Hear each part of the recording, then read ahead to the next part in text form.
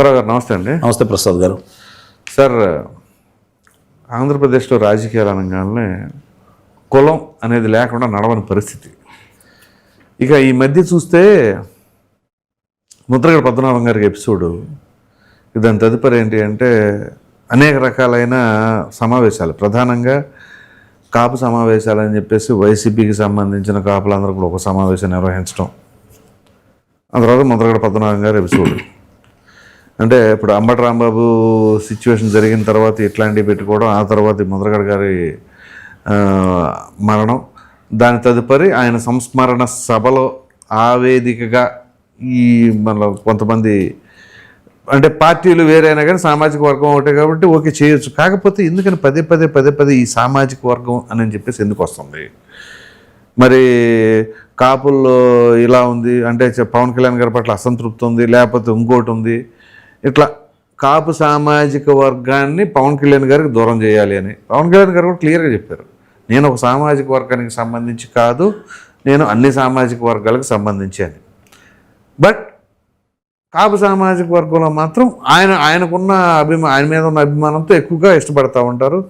So ఇప్పుడు ఈ సామాజిక వర్గాల పరంపర వలన అసలు ఏం జరగబోతుంది, ఏం సంకేతం అనుకుంటున్నారు, ఏంటి అసలు దీనికి కారణం ఏమై ఉంటుందంటారు? దీనికి ముఖ్యంగా కనపడుతున్న రాజకీయ కారణం. రెండవది నాకు పదవి రాలేదనే దుగ్ధ. ఇవి స్పష్టంగా ప్రతి రాజకీయ నాయకుల్లో కనపడుతూనే ఉంటాయి. ఓకే, ప్రతి రాజకీయ నాయకులు, అందుట్లో మనం ఈ పార్టీ అని చూడాల్సిన పని లేదు. ఇక్కడ ముద్రగడ పద్మనాభం ఆయన గనక మనం దృష్టిలో పెట్టుకుంటే నాకు తెలిసినంత వరకు ఆయన మీద ఎలాంటి అవినీతి మరకలు లేవు. రైట్. 1978లో ఆయన మొట్టమొదటిసారి శాసనసభ్యుడు నారా చంద్రబాబు నాయుడు గారితో పాటు జనతా పార్టీ తరఫున మొట్టమొదటి ఆయన. ఆ తర్వాత తెలుగుదేశం పార్టీలోకి వచ్చారు, అక్కడ శాసనసభ్యులు అయ్యారు, తర్వాత లోక్సభ సభ్యులు అయ్యారు, మంత్రి అయ్యారు, తర్వాత కాంగ్రెస్ పార్టీకి అన్నారు. ఇక ఆయన ఏదో రాజకీయ ప్రస్థానం చేశారు. ఎన్ని చేసినా అవినీతి మార్కలు అంటున్న వ్యక్తి.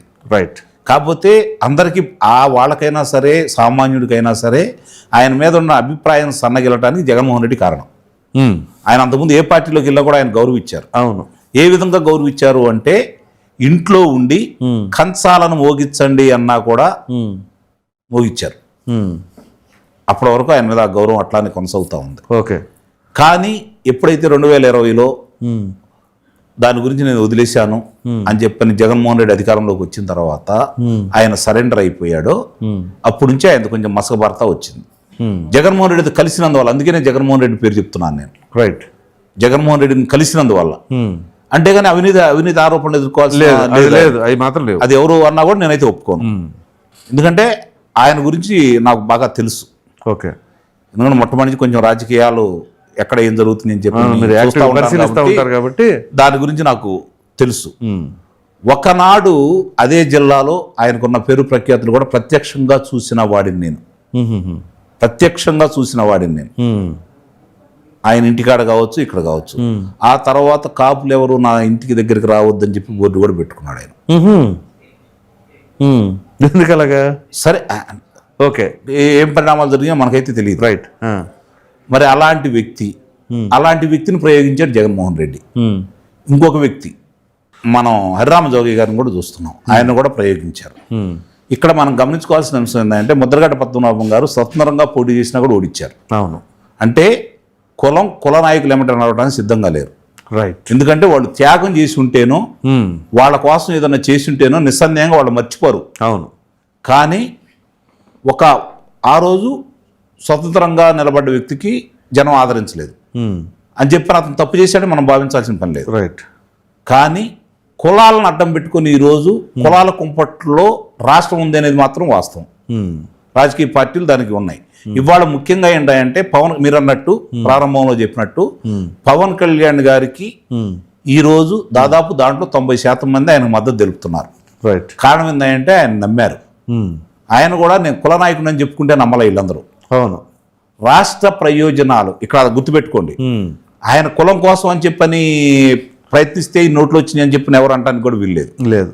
ఆయన రాష్ట్ర ప్రయోజనాలను దృష్టిలో పెట్టుకొని 5 సంవత్సరాల పరిపాలనకి వ్యతిరేకంగా మనం పోరాడాలి కాబట్టి నన్ను నమ్మండి అంటే ఈరోజు ఆ వర్గాలన్నీ అన్ని వర్గాలు అవును అన్ని నియోజకవర్గాల్లో 21 మంది శాసనసభ్యులు 2 లోక్సభ సభ్యులు గెలిపించుకున్నారు.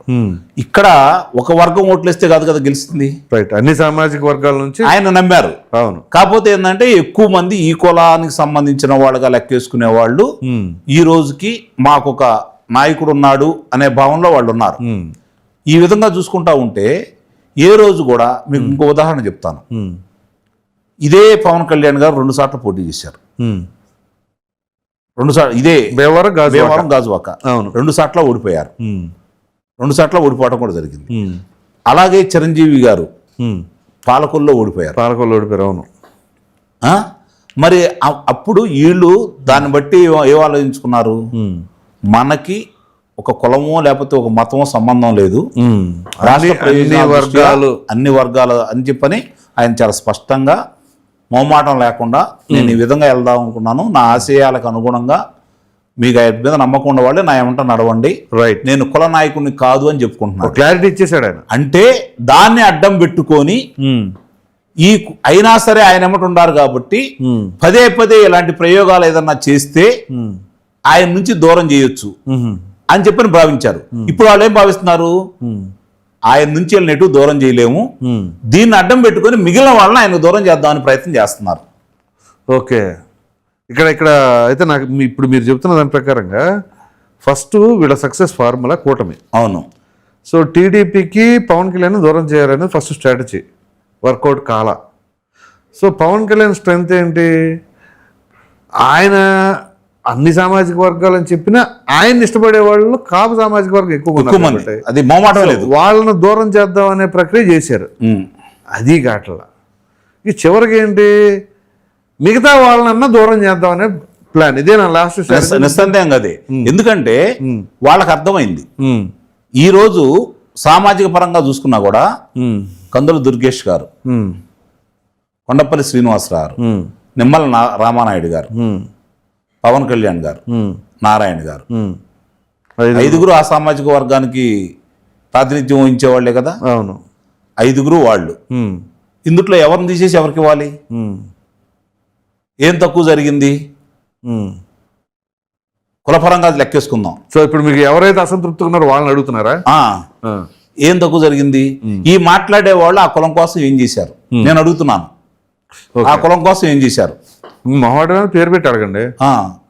అదే ఇప్పుడు ఎవరైనా అమ్మడి రాంబాబు కావచ్చు, అమ్మడి రాంబాబు అంటే ప్రతిపక్షంలో ఉన్నాడండి, సరే ఇతను బోండా ఉమ్మ కావచ్చు, వీళ్ళందరూ కూడా ఈ రోజు ఇప్పుడు అతను కుల సంఘాల యొక్క సమావేశాలకు వెళ్ళటం నేను తప్పట్ను, తప్పేం కాదు, అది తప్పు కూడా కాదు.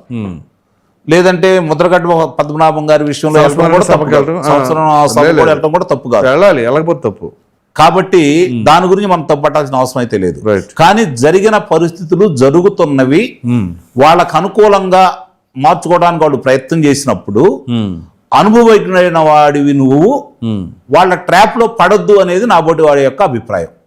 ఓకే, ఈ రోజు శాసనసభ్యుడు కాదు నువ్వు. అవును, 14 కంటే ముందు 2009లో మిత్రపక్షాల ఐక్య సందర్భంగా నీ స్థానం వామపక్షాలకు వెళ్ళింది, ఇవ్వాల్సి వచ్చింది.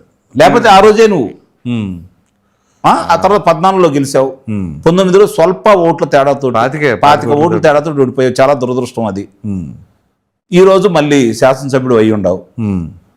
నీకు ఎప్పుడైనా సరే నీకు సంబంధించిందో లేకపోతే మిగిలిన వాళ్ళకి సంబంధించిందో ఇంకోళ్ళకి సంబంధించిందో ప్రజా ప్రయోజనాల దృష్ట్యా నువ్వు పోరాటం చేస్తే ఒక ప్రజానాయకుడిగా ఎదుగుతావు. రైట్, కుల నాయకుడు కావాలనుకున్న వాళ్ళు ఎవరు కూడా ఆ స్థాయిలోకి వెళ్ళాలి. అది మనం కావాలని ఎత్తుకుంటూ రావాలి. ఈరోజు గతంలో ఆ కులమా ఈ కులం అని కాకుండా రాష్ట్రం కోసం పరితపించే వాళ్ళ అందరినీ దృష్టిలో పెట్టుకొని ఆ స్థాయిలో కనుక ఏ రాజకీయ నాయకుడైనా సరే ఏ పార్టీలో ప్రతినిధి అయినా సరే వెళ్ళగలిగితే చిరస్థాయిగా వాళ్ళని గెలిపించుకుంటారు. ఈరోజు రామానాయుడు గారి పరిస్థితి ఏంటి, 2019లో ఆయన 15,000 చిల్లరతో గెలిచాడు. ఆయన రైట్, ఎందుకు గెలిచాడు ఆలోచించుకోవాలి కదా. అంటే ప్రజలతోటి మమేకం అయిపోతున్నాడు. రైట్, కులాన్ని ఆయన నా కులం కాదని చెప్పిన కులాన్ని వ్యతిరేకించట్లేదే. అవును, మరి అలాంటి వ్యక్తులను ఆదర్శంగా తీసుకోవాలా తప్ప మంత్రి పదవో లేకపోతే ఆ పదవో ఈ పదవో అనే దాని మీద అసంతృప్తితోటి పార్టీని ఇబ్బంది తీసుకొని వస్తే లాభం ఎవరికి లాభం చేయాలనుకుంటున్నారు? నేను అడిగిన దానికి సమాధానం కావాలి. ఇప్పుడు ఎవరు మరి ఇప్పుడు మీరు ఏదైతే బోండా అమ్మంటున్నారో మాచర్లో ఆయన జరిగిన పరాభవం తెలుసుగా, ఆయన మీద జరిగిన అటాకింగ్ తెలుసుగా. అది ఎవరు? అదే నేను అంటుంది. ఇప్పుడు అరాచక శక్తులు అధికారంలో ఉంటే ఏం జరిగిందో నువ్వు కూడా బాధితుడే కదా. అసలు తొలి బాధితుడే ఆయన. మరి అన్నప్పుడు మీరెంత సమన్వయంతో ఉండాలి?